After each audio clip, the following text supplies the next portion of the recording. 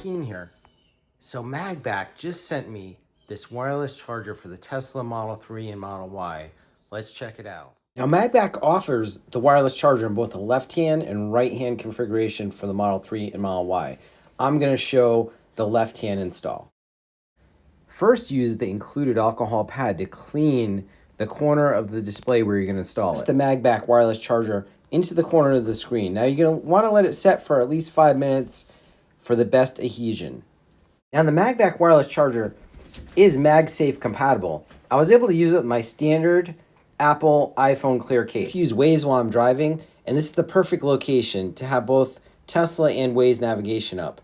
This would also be great for DoorDash or for Uber drivers where they need their display. Now MagBak also sent me their case for the iPhone 15 plus the MagStick. I use the MagSticks in my Rivian R1T, and it's a great spot to put your iPhone. As charging goes, MagBak includes this 12-volt to USB-C converter. Now my Tesla Model 3 has USB-C ports available in the front console, so I was able to use that and then route the cables through the trim so you can't even see it.